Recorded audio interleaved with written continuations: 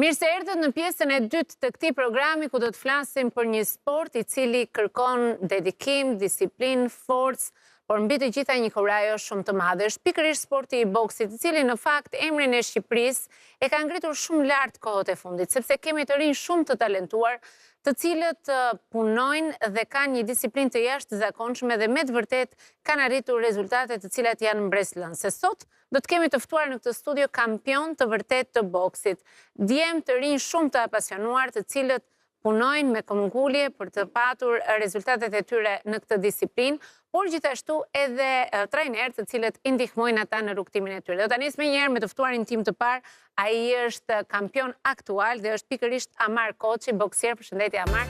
Mirë se vjen. Eja. Përshëndetje. Nëjësi që të kam këtu, mirë se vjen. Ulu, do të vazhdoj me Ahmet Koçi, boksier dhe vllai Amarit. Gjithsesi. Njëri më i gjatë se tjetri. Vazhdoj me Jemin Almuça, boksier. Eja Jemi, ja, mirë se vjen. Nëjësi që të kam këtu. Vazhdoj me Besian Karaj, gjithashtu boksier. Faleminderit që erdhe Besi dhe do të përfundoj me Artur Koçi, ish boksier dhe trajner boksi. Mirë se vjen Turit. Si jeni? Mirë jeni. Po si jeni më çuna? Qa keni bërë? Stërvitje. Si shkon stërvitja? Stërvitje pa fund besoj këtu, në mënyrë konstante. Ju jeni gjithë shumë të rinë në moshë në fakt, ti e vetëm 19, ti 17, ti pak më shumë, po ma... 21. Sa je? 21. 21? 18. 18. Profet, s'po të pysë. Unë jam trajneri. Ti ke kryer pjesën tënde të kompeticionit dhe tani janë të djemë që janë në fokus. Sigurisht, ne kemi patur shumë tema dhe shumë histori personale këtu në emisionin Qasti i dur, por gjithmonë disiplina e boksit është një disiplinë e cila i kuriozon jashtëzakonisht shumë njerëzit. Të gjithë ndoshta fëmijët e vegjël kanë qejf që të përfshihen në sportet ndryshme të cilat janë karate apo taekwondo apo të gjitha këto artet marciale që janë më tepër, kurse boksi vjen pak më shumë me rritjen, më shumë me disiplinën dhe ka një pjesë e madhe e njerëzve që e përdorin edhe nëpër palestra për të patur një fizikë edhe më të trajnuar edhe më fit, por janë edhe këta djemë të cilët po ndjekin një rrugtim të rëndësishëm, profesor. Duket sikur boksi në Shqipëri tashmë ka vendosur një nivel të mirë, po themi të sportistëve që e implementojnë atë, që janë edhe kampion, edhe marrin pjesë në kompeticione ndërkombëtare, edhe fokusi dhe reklama e shqiptarëve të cilët janë nga bota, po që janë boksier me një emër që vinë dhe bëjnë ndeshje të rëndësishme. Pra boksi ka ngritur, ka vajtë në një tjetër nivel. Atëre, le të themi që sporti boksit, në përgjithësi edhe këtu edhe në botë, ka reklam të madhe. Edhe kjo, do më thënë, po ashtu në Shqipëri, ka shumë masivizim sportit boksit. Po t'i shofësh, jo vetëm unë, po edhe trajnerë tjerë, palesat janë plot. Dhe për arritjet që kemi në sportin e boksit, këto vitet e fundit, kemi shumë arritje, shumë medalje ndërkombëtare. Janë sportistët që kanë punuar me vite, kanë kriju eksperiencë edhe kanë arrit medaljet. Kemi djemë që janë këtu, janë medalista Europe, medalista Ballkani, me një renditje shumë të mirë në rang botror. Kjo vjen si rezultati i stërvitjes. Mbi të gjitha, përveç se...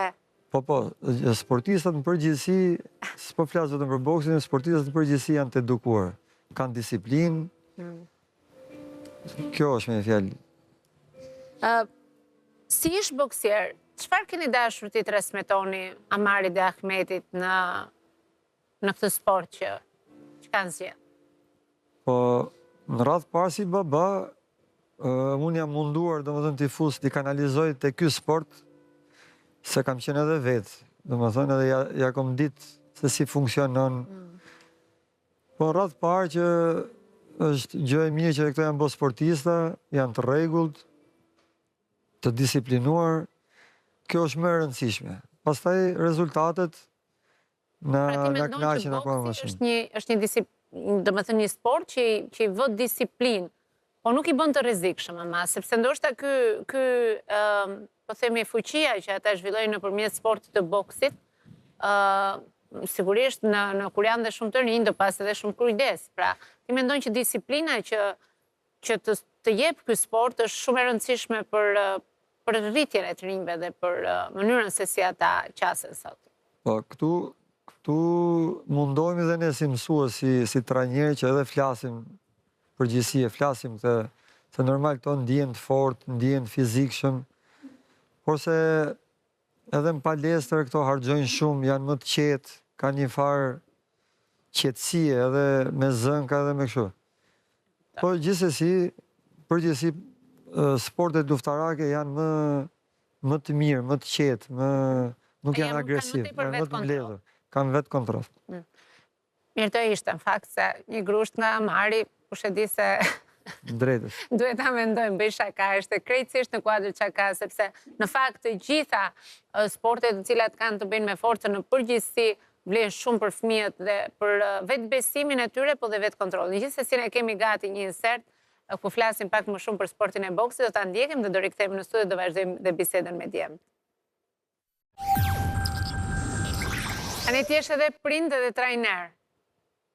Është e vështirë apo është ndihmë? Kjo është ndihmë. Kjo për të paktën flas për djemtë e mi, kjo është ndihmë se unë Amari dhe Ahmedi, se unë I flas shpesh. Edhe gjë më e mirë se ato më besojnë për atë çka I them unë. Edhe rezultati flet vetë. Po mirë, a nuk ndodh ndonjëherë që ne prindrit bëhemi pak më kërkues për fëmijët tani, fusim në sfida pak më shumë, jemi pak më kritik se të tjerët. A nuk është ky një risk? A do rrezikoje që njërin prej djemve ta lije të stërvitej me dikë tjetër? Unë flas për vete që unë jam munduar t'i jap atë më të mirën. T'i majnë kontroll, se normalisht ato I kam edhe në shtëpi, I flas edhe aty, edhe në palestër. Jam mundu të maj balanca. Vetëm 2 djem ke? Artur apo keni edhe Kam 3 djem edhe një vajzë. Edhe një vajzë, ti kesh me jetë? Faleminderit. Me siguri që ata I ke lënë jashtë sportit. Për momentin. Për momentin, vajza jo, po djali tjetër të shohim. Të shohim, mund të bëj dhe pjesë është më I vogël, besoj. Si vogël, është 7 vjeç. Në fakt kemi Amarin, cili që prej moshën 7 vjeçare, se ti I vogël, po që fëmijë I ke futur në këtë disiplinë, është rritur me dorezat e ringut. 19 vjeç, ke 7 tituj kampion Shqipërie rjesht. 7 tituj rjesht, imagjinoni se sa disiplinë dhe punë do kjo gjë.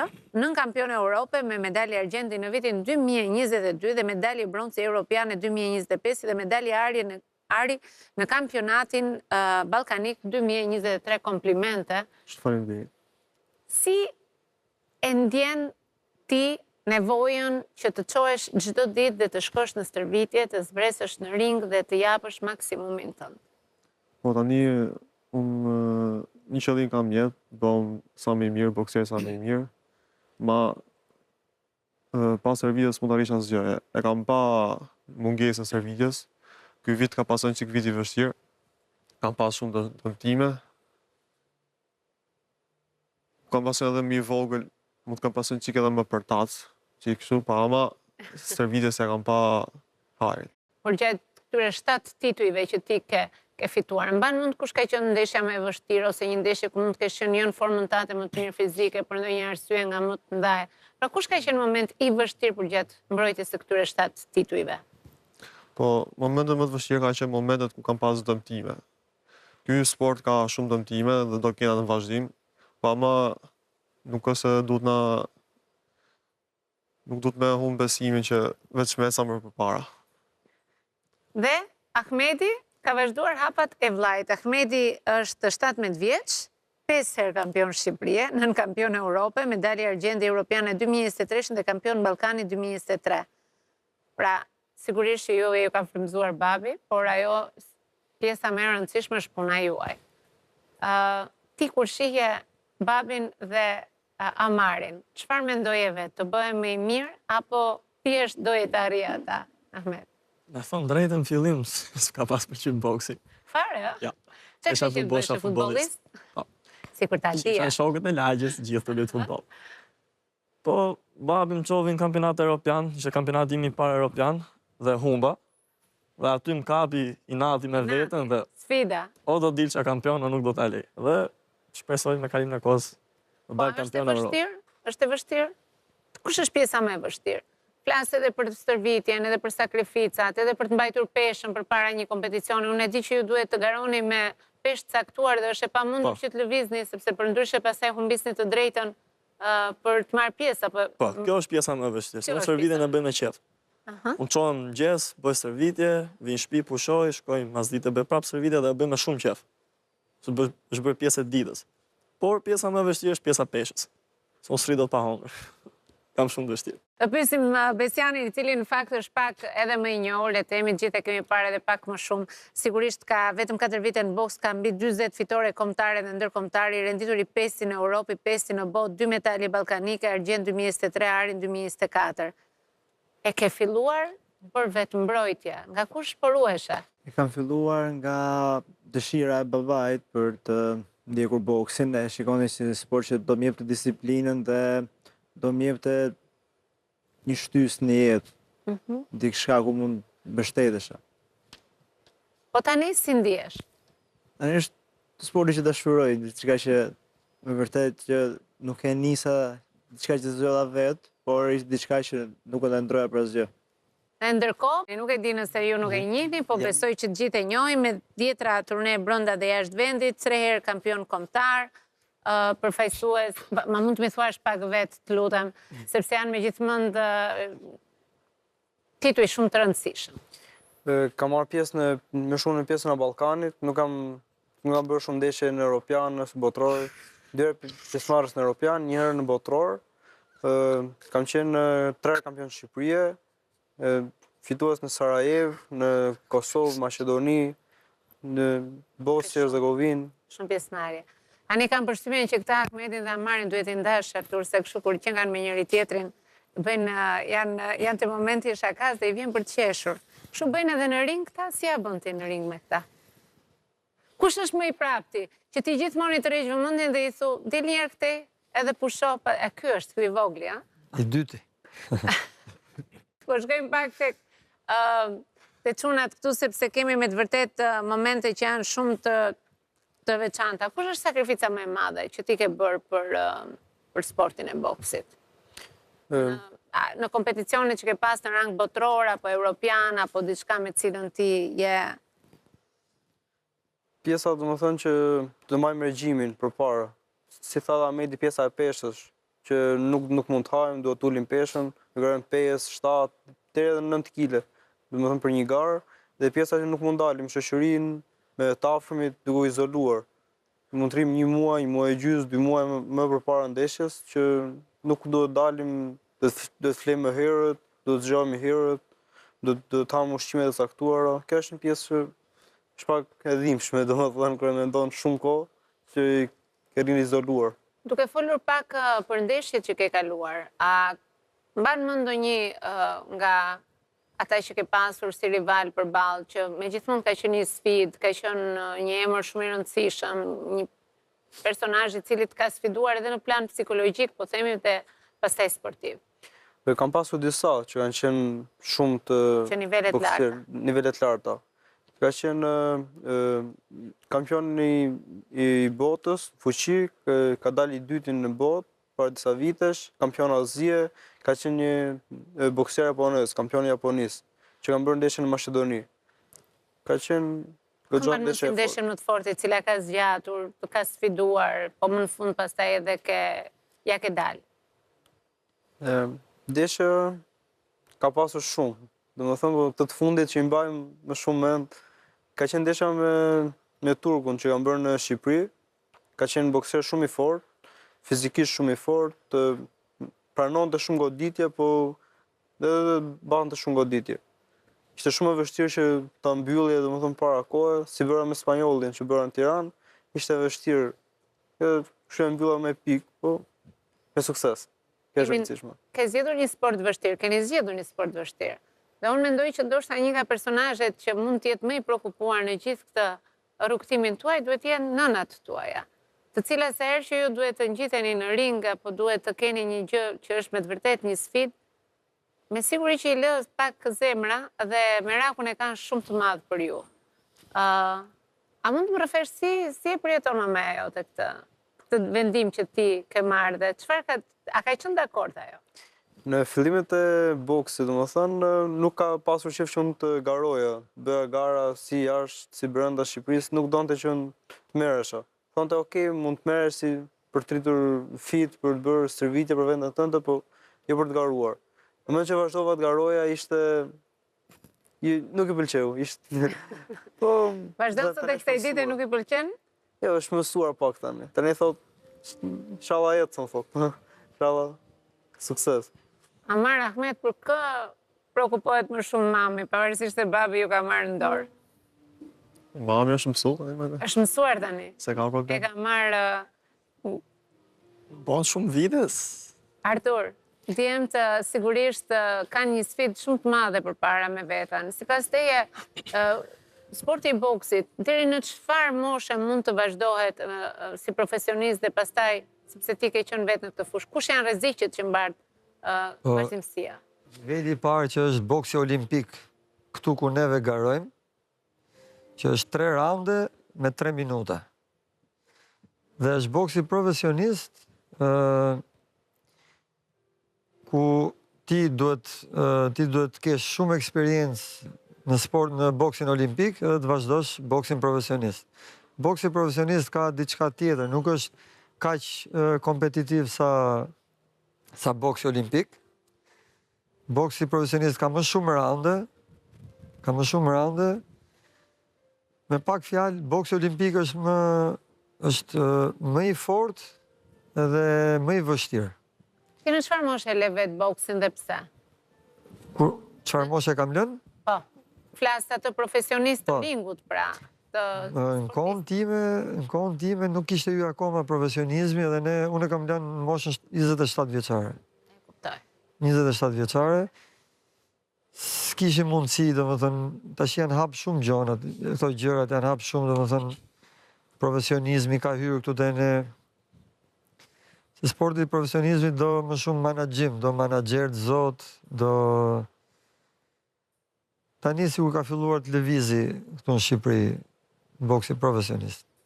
Besian, kush është motivimi jot më i madh që ti të vazhdosh dhe të merresh me çfarë ëndrësh ke, çfarë pasionesh, kush të pëlqen nga boksierët që ti njeh dhe që ke parë? Mos qesh një të dy se ju griba. Jo. Jo, thash. Kaq më tha. Ishte shak. Kam çun vet, nuk kam ç'a bëj Artur, jam e detyruar ti ul pak. Ngacmojnë. Ti ngacmoj pak se mbajnë, ë? Okej. Dëshira më e madhe për të arritur është sidomos medalja olimpike, është ëndër çdo boksier, sidomos për ne në Shqipëri që nuk kena pasur një boksier akoma që të shkojë në olimpik, jo më të ketë një medalje nga atje. Sa në ditë duhet të stërvitesh, sidomos përpara se ke një kompeticion apo një garë të rëndësishme, apo është e rëndësishme të kombinosh mirë edhe stërvitjen edhe qetësimin? Është shumë e domosdoshme ti menaxhosh të dyja, por zakonisht ne para një kompeticioni stërvitemi 2 herë në ditë, në mëngjes me crossfit ose stamina training dhe mbas dite me boksin, dhe secila nga këto mund të shkojë stërvitja e mëngjesit diku te 1 orë, ndërsa stërvitja e boksit diku te 2 orë. Amar Ahmet, ju të dy bëni her pas here stërvitje me njëri tjetrin? Bëni boks bashkë? Po, Kush fiton zakonisht? Ma fiton. Kush? Nuk ka fiton. Ami, Atë kemi të akoma. Me i fort. E lë tim duke. Ami Forca vllajt madh. është boksier më i mirë, sinqerisht. Amedi, ma ka kalu nga kohë. Mund të jam më i fortë, po Amedi është më i mirë. Ashtu, ë? Edhe rank është më i mirë. Inshallah sa më lart, vot që e kam vlla. Artur, po kuptoj, ndoshta edhe nga emrat që ti i ke vënë djemve që ju jeni besimtar musliman. Dhe e shoh të them të drejtën në komunitetin musliman, edhe sepse kam dhe miq të cilët janë edhe trajnerë dhe është shumë i përhapur sporti i boksit mes djemve. Ka në një arsye, pra është në një formë motivimi, apo është diçka për të cilën lidhet edhe me fen, pjesa e sportit, ka diçka për cilën, po themi, mund ta lidhim me këtë gjë. Kjo është vetëm një konstatim im i personal, duke qenë se kam parë shumë nga djemt të cilën merren me sportin e boksit, po dhe trajnerë që janë të këtij komuniteti dhe janë besimtarë dhe janë sigurisht edhe praktikantë të fesë myslimane. E drejtë është kjo, ne na pëlqen domethënë burrëria, na pëlqen që djemt jenë të fortë, na pëlqen të jenë thjesht, të jenë komunikues. Po ne në palestrën tonë kemi edhe besimi tjetër, domethënë Sigurisht, se vjen në dyshim. Për nga ana fesë, okay, po ne e kemi edhe si shqiptarët, domethënë ne të paktën brezi që kemi dëshirë që t'i kemi djemt fort, edhe femrat i kemi sa më shtëpiake, sa E kuptoj. më të mira. Domethënë ideja është që ta përdorin për të jenë shëndetshëm, të jenë. Po, dhe të merren me një sport dhe të kenë disiplinën e tyre, sigurisht se është e rëndësishme. Kështu si po vinë kohë, duhen Po me çunat mësimet sot. si jeni? Mirë? Është e rëndësishme pjesa e shkollës, Artur, apo ti nuk je strikt me notat? Shkollën e duhem se unë vetë mund ka kape koha e 91-shit, edhe nuk ishim shumë te shkolla, ishte ndryshimi sistemit. Unë e kam bërë shkollën edhe të mesmen edhe të lartën.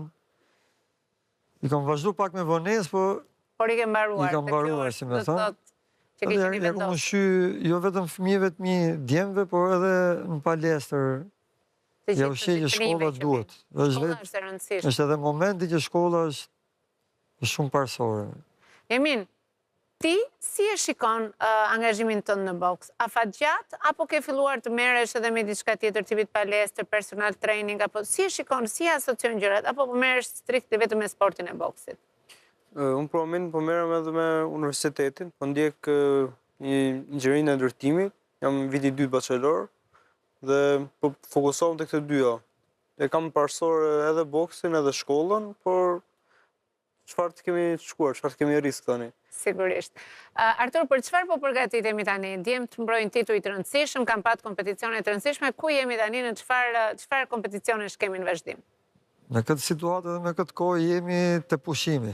Po, janë Deri fest. në janar vendosen pastaj del rënditja, domethënë ndeshjet europiani, botrori, kampionati shqiptar. Bëjmë atë, shohim kalendarin edhe sipas kalendarit do ecim, po në këtë fazë jemi Duke i Jemi pyetur të një nga pushimi. një, çfarë synon këtë vit, Amar? Kush është titulli që do të mbrosh apo që po themi do të luftosh për? Po, inshallah për kampion Europe. Kampion Kampion Europë. Europe. Në çfarë peshe do konkurosh? Peshë 80 kg. 80 kg. Ahmed, ti? Kampion Europe, kampion Ballkani dhe kampion bote. Ti marrë të treja në radhë. I do të treja bashk. Okej. Shkojmë te Jemini. Jemin, ti për çfarë do të luftosh këtë vit? Çfarë titulli? Si Ahmedi gjithashtu, synojmë për të treja, botror, europian, ballkanik.